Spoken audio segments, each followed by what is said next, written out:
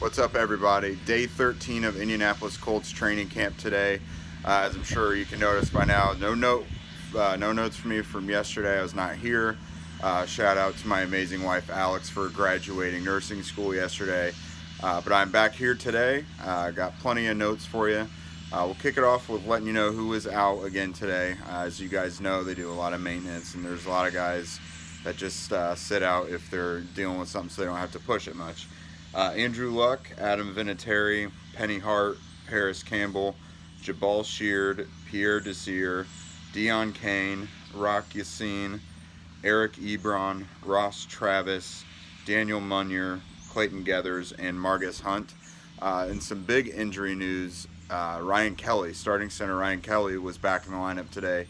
It meant the Colts had their entire normal starting five out there, so that was good to see. They played the whole second half of the year together, but continuity is always key, and stuff like that is built, especially right now in training camp.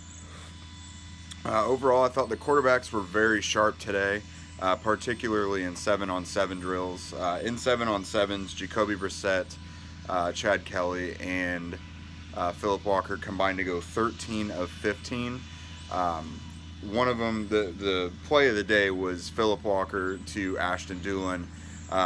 Walker just uncorked a huge 55-yard bomb to Dulin, just down the middle of the field over cornerback Jalen Collins for a touchdown. So that was an awesome play to see. No surprise, Daurice Fountain continues to dominate. This is becoming a thing. It's not just some highlight plays here or there. He's putting up a highlight reel play, at least one, every day, and he's making several just catches every day.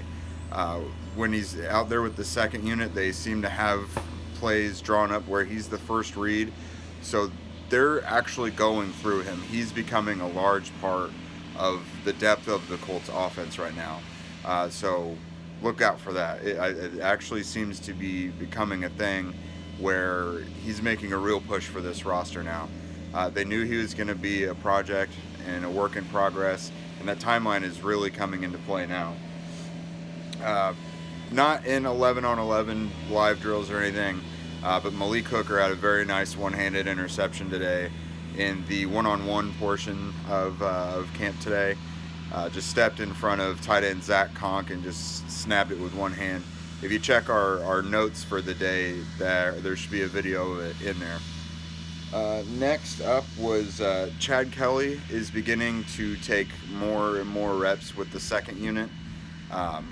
Philip Walker usually begins the day in the 11-on-11s as the second team quarterback, but we've seen Kelly absorb more of those reps as practice continues.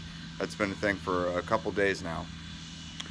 He's able to make pretty much all the throws that you want to see. Notably today, he made a really nice throw on about a 15 to 20 yard inside dig route to Jordan Veazey, and that's a tough throw to make for a quarterback, but one that they need to make to succeed in the NFL. Nyheim Hines had a pretty decent day today. The offense did some work inside the defense's 5-yard line, and Hines had a couple of 5-yard catches right there in the front of the end zone. So he was used as a weapon today in the passing game like we've seen him be able to do before. T.Y. Hilton, nothing new, but just his ability to make plays all the time. He's not a big guy by any means, but he plays much bigger than you realize. He does things that you don't see a guy of his stature pull off very often, and he just does it routinely, day in and day out. Lastly, I wanted to mention the chemistry that Jacoby Brissett and Devin Funchess really have developed.